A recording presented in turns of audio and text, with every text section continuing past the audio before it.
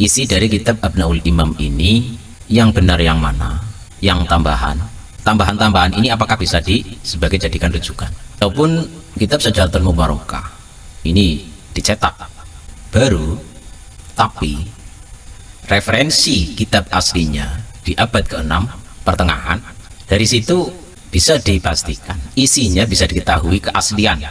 Di Nusantara ini ada kiai, ada ustadz, otomatis ustadz dan kiai ini tidak masuk dalam nama, baik di depan nama asli itu tidak masuk di KTP. Lah, Bang Qori ini nama Teuku Oktiva itu masuk dalam KTP. Teuku Oktiva berarti itu adalah nama yang mungkin diwariskan oleh orang tua. Jadi kejadiannya sama dengan Balawi. Balawi itu di Arab Saudi ada, tapi di Irak nggak ada. Kalau Qori ini di Irak ada, di Saudinya nggak ada. Jadi di situ bisa disimpulkan gugur. Kalau di satu kan ada, di satu nih, di satu ada 40,13%. Di Irak juga ada 31,03. Ini masuk akal.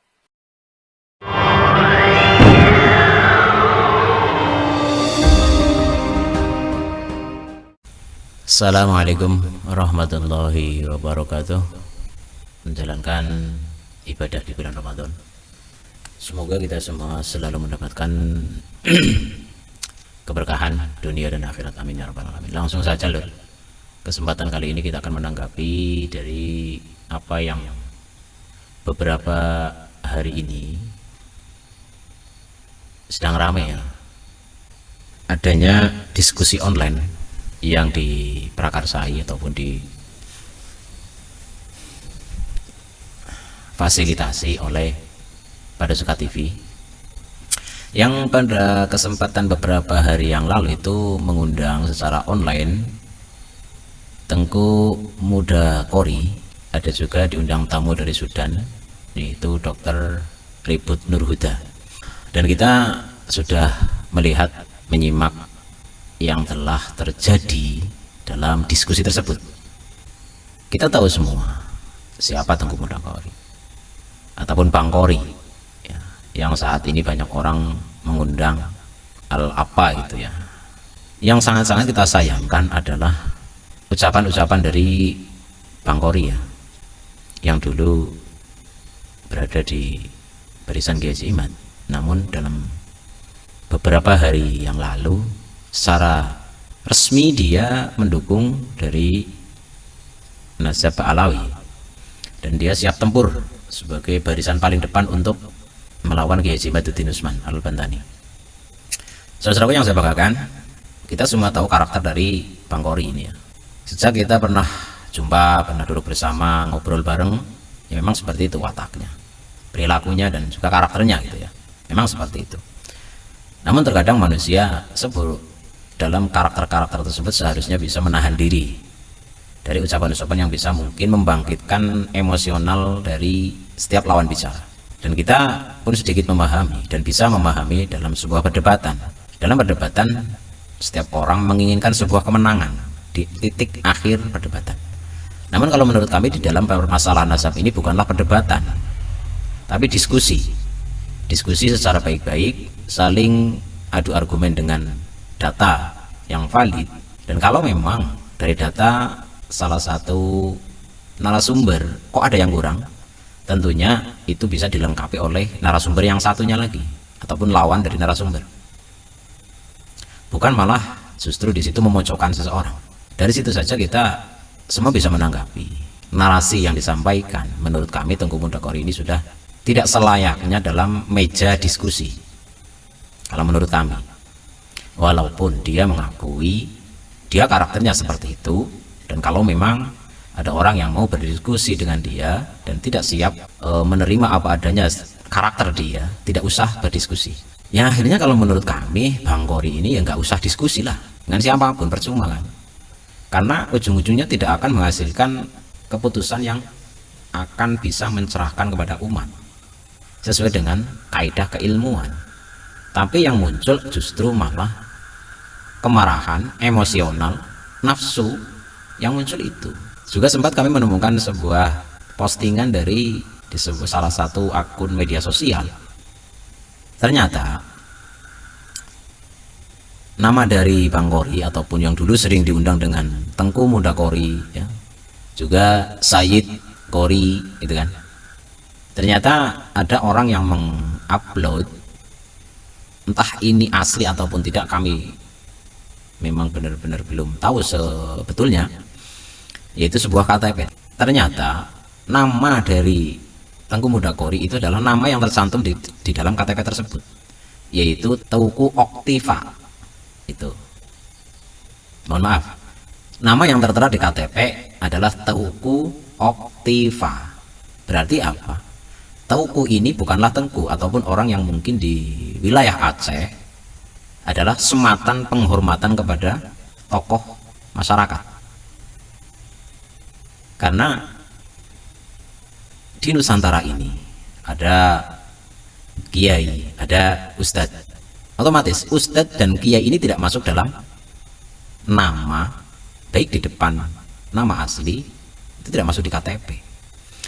Lah, Bang Kori ini nama Teuku Oktiva itu masuk dalam KTP. Teuku Oktiva berarti itu adalah nama yang mungkin diwariskan oleh orang tua. Ya mungkin ini nanti bisa diklarifikasi oleh Bang Kori ya. Apakah memang Bang Kori ini mendapat panggilan, dipanggil sebagai Tengku, itu memang adalah penghormatan kepada Bang Kori, atau memang itu adalah nama asli panjenengan yaitu Teuku Oktiva? Walaupun ini tidak penting dibahas ya, tapi karena Bang Kori ini dipanggilnya adalah Tengku. Nah, sepengetahuan kami, orang yang dipanggil dengan Tengku ini adalah orang yang ditokohkan, seorang ulama, seorang yang disepuhkan. Kalau mungkin di daerah Jawa ini adalah orang yang dipundi-pundi, gitu kan. Wallahu a'lam. Baik saudaraku yang saya banggakan, dan dalam waktu beberapa jam yang lalu, karena mungkin ini sejak Bang Kori ini memang memisahkan diri dari barisan Kiai Haji Imad, dan Bang Kori ini memang secara resmi menyatakan akan mendukung dari klan-klan Ba'alawi dan juga akan membuat antitesis dari Kiai Haji Imad. Dan dulu kita masih ingat betul pada saat pada Suka TV menyelenggarakan tes DNA secara gratis. Salah satunya adalah Bang Kori, yang haplogrupnya ternyata setelah ada hasil dari tes DNA ternyata adalah L.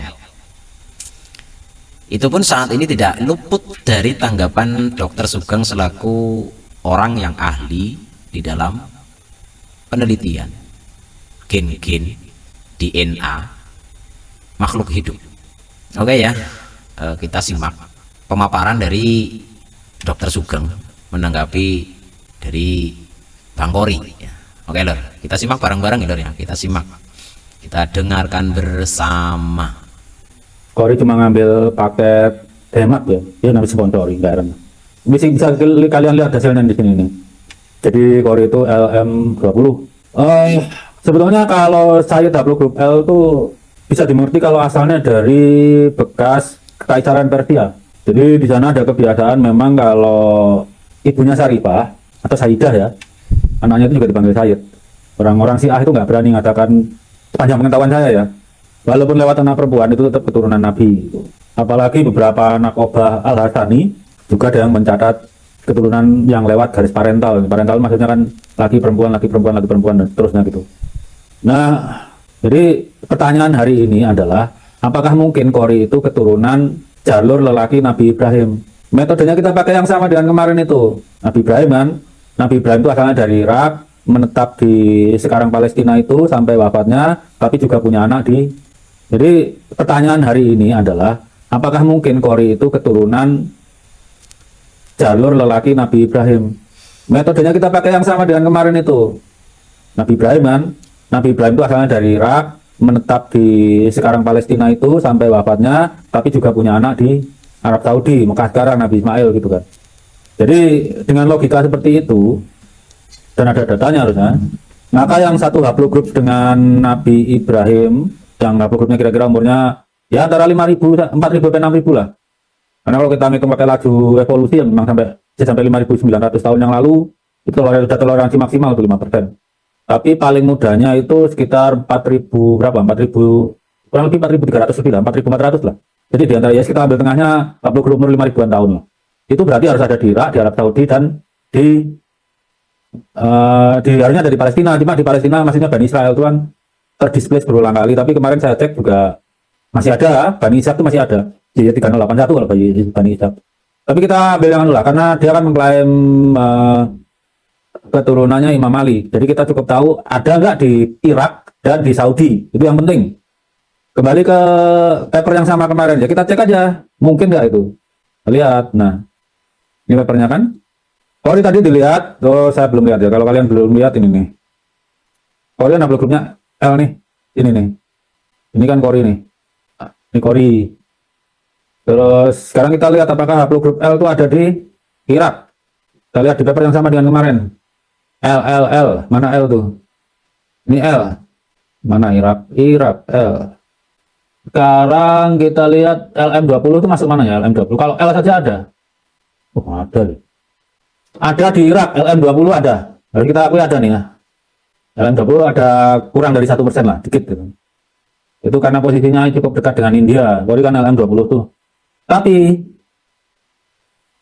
di Arab Saudinya yang nggak ada. Kalau dia beneran keturunan Nabi Ibrahim, maka haplogrup ini harus ada di Irak ini dan di Arab Saudi.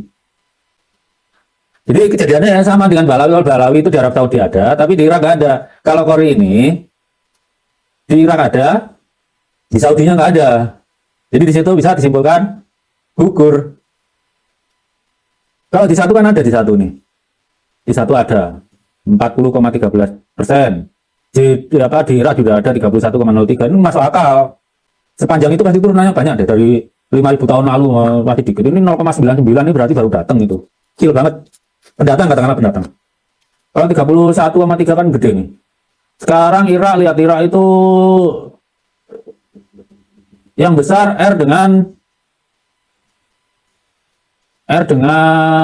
J1, J2 aja nggak ada. J2 dikit. Oh ada ya. J1, J2 dan R lumayan lah. Kemudian ada juga di Arab Saudi J1, J2 ada, R ada. Ada beberapa site memang yang haplogrup R mengklaim keturunan Nabi memang. Kalau dari sini aja berarti yang mungkin keturunan Nabi Ibrahim itu berarti cuma J1, J2, R. Yang lain nggak mungkin. L nggak mungkin. Tinggal yang R itu kayak Ahmad Romli, Imam Ibrahim itu berjuang kalau. Tapi kalau saya lihat dari Profesor Hammer kemarin, yang R dari sisi Yahudi udah batal karena kakek bersamanya yang Israelit itu kakek bersamanya 11.800 tahun yang lalu. Jadi Nabi Harun versi haplogrup R itu 11.800 tahun yang lalu.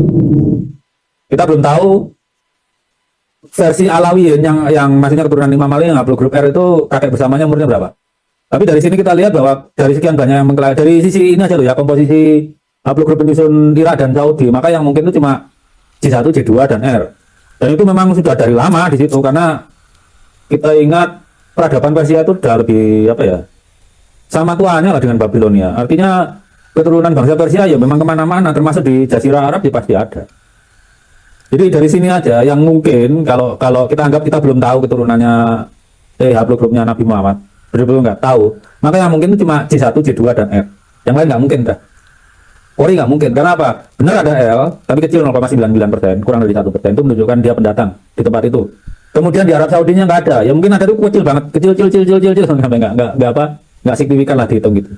Jadi dari situ teman-teman ya, kalau haplogrup G kemarin, yang Bali, itu di Arab Saudi ada, di Irak nggak ada, berarti kakeknya nggak semoyang dengan Nabi, kakeknya nggak sekampung dengan Nabi Ibrahim. Tapi kalau Kori itu di kampungnya Nabi Ibrahim, haplogrup mereka sebagai pendatang karena saking kecilnya. Coba dibanding R aja lah, R itu masih di totalnya masih di atas 10% loh. J2 dan J1 di atas 20%. Jadi di Irak sendiri suku aslinya yang pertama datang, kita ingat haplogrup terbesar itu berarti yang paling duluan datang, namanya initial settler gitu biasanya. Kalau dia nggak terdisplace kayak Israel bolak-balik diaspora gitu ya. Tapi Irak yang mengalami seperti itu, maka yang datang pertama di tanah Irak adalah J1 dulu, kemudian J2, baru nomor 3 R. Kalau R wajar, dia dekat Persia, Irak itu bolak-balik jadi jajahan Persia. Walaupun Persia juga pernah dijajah Irak zaman Babylon Sumer dulu.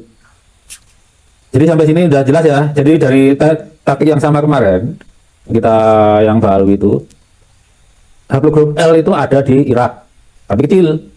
Di Arab Saudi malah nggak ada.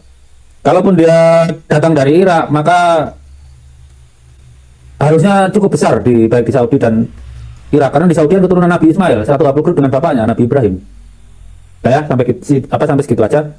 Itu apa yang disampaikan oleh Dr. Sugeng, karena tentunya ini sedang menjadi trending topik dalam pembahasan pernasaban perbedaan pandangan antara Kiai Haji Imaduddin Usman Al-Bantani dan yang lainnya yang tentunya tidak sepakat dengan Kiai Haji Imad.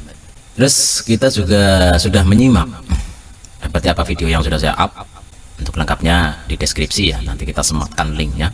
Tanggapan dari Kiai Haji Imaduddin Usman Al-Bantani menanggapi tentang kitab Abnaul Imam ya, yang telah dibatalkan oleh Kiai Haji Imad dan sekarang dijadikan senjata oleh Bang Qori.